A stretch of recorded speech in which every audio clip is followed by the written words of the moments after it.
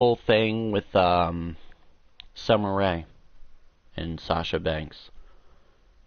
It was a match. It was a normal match. I mean, it was more like a squash match. I think it was like 4 or 5 minutes long. Probably not even that. But the whole difference is okay. This one I'll spoil it for you here. Summer Rae, of course, she was in a ring, and says her team have won last night if she was in charge. Yeah, of course, if Summer Rae, the person who has wrestled in the WWE literally 0 times since like May or something of last year. Actually, I think it was like August of last year, but like seriously, it's been like months since you actually wrestled in a WWE ring. Probably on like the live events and shit. I don't even know. She wasn't at mine, so I'm happy. But if I was the leader, I would have won. Do you know how many people fucking said that? Like, are you reading this off of a card? Like, are you just like popping in front of your mind like, oh, Vince McMahon told me to say this. Maybe if I suck his cock a little bit more, maybe I'll fucking get a title. It's not how it fucking works. You gotta bring your own little emphasis. Like, you know what? Sasha, of course, she had to make fun of the boss, which arguably is the best wrestler in a long time. Wrestler, as I re-say that. She's a wrestler. She's not a fucking diva. She's a wrestler. Sasha Banks is literally just that. She's not a fucking diva. Anybody who says she's a diva, I'm gonna fucking correct them, and I'm gonna tell them that they're fucking retarded, 'cause they are.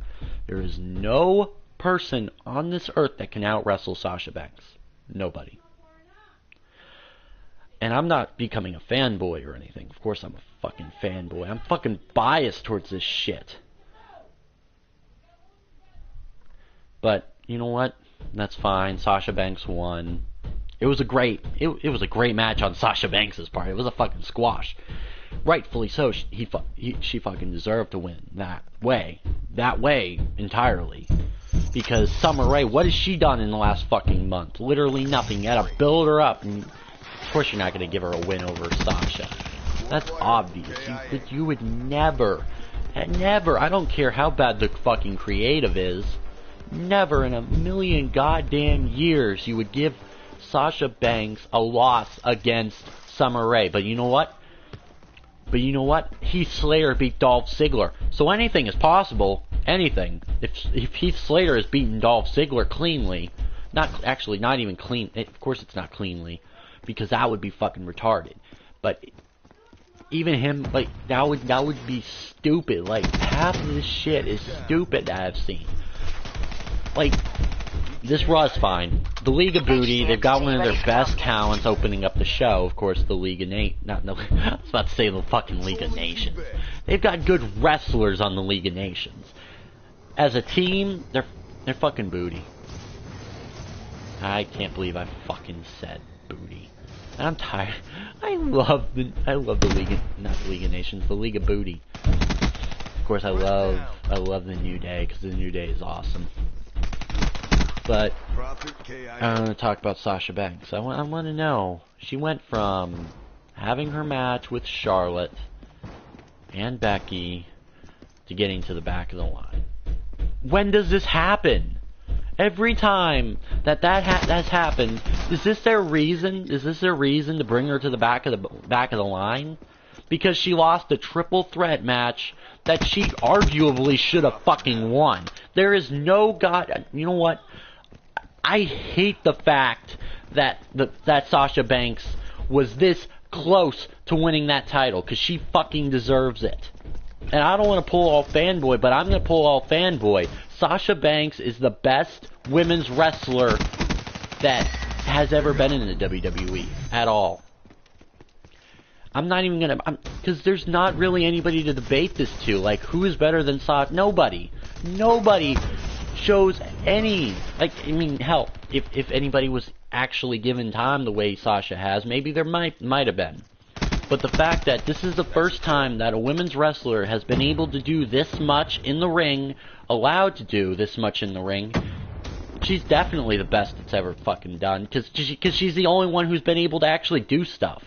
Of course, I mean, there's Charlotte, Becky, and Paige, and Nikki, and all those other, so wrestlers.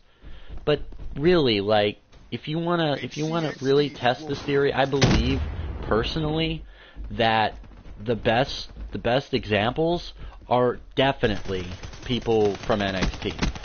There is no wrestler that wasn't in NXT that I could say was pretty damn good. I'm not talking about average. I'm not talking about coming in, doing a match, waiting a few months, doing a match. I mean, this isn't fucking UFC. And the fact that some Raws didn't even have a women's match like a few years ago, compared to like at least 30 minutes of airtime now, I believe that they deserve more. With more women coming up from NXT, there deserves to be more recognition for the talent. I mean, if you even wanna debate who they would have to give time for, Asuka, Nia Jax, Carmella, Alexa Bliss, Dana Brooke. I actually forgot him on the one episode.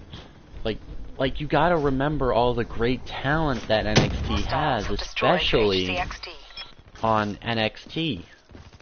I mean, even now more than ever, there's more people on the main roster that can actually wrestle.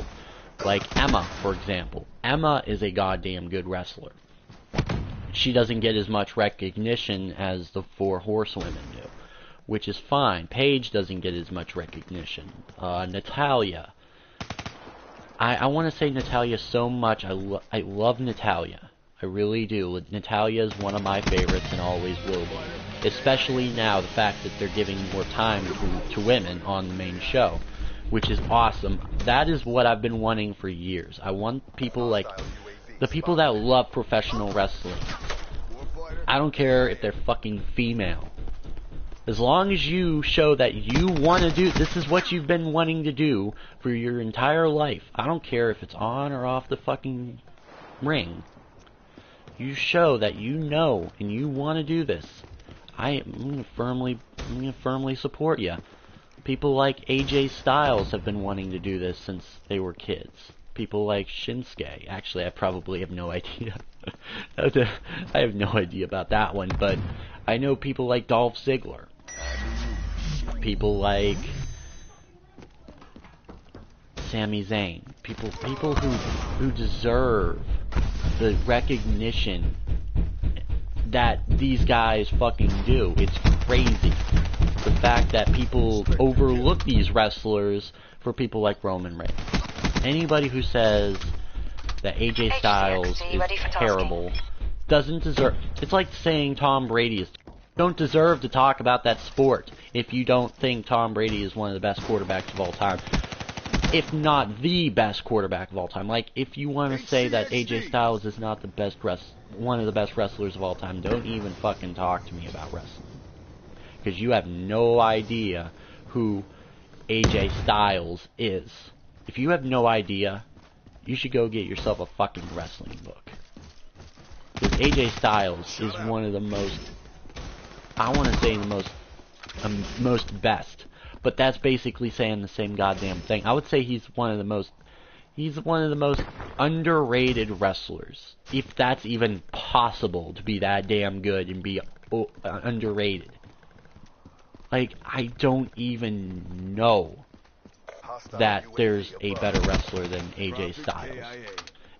Now I want to talk about AJ Styles in the last few episodes, but this is more coming to Sasha Banks, because Sasha Banks deserves every recognition, everything that she has gotten up to this point in the WWE. She was given nothing. Nothing. There is nobody better than Sasha Banks in the WWE right now. Of course, that would include a lot of male wrestlers as well. Because yes, they put on decent matches. That's great. But nobody has the ring presence that Sasha Banks does. And you can debate about it for years and years and years and be like, oh, Sasha Banks was not the best. And that's fine, because even now, they're still bringing up the whole concept of women's wrestling. people are like, hey, this is pretty damn good. Well, you know, if you actually watched NXT, if you bought the network, why you deserve to win. I don't need. Of course, Sasha Banks won this match. I'll have the next one up in a few minutes here.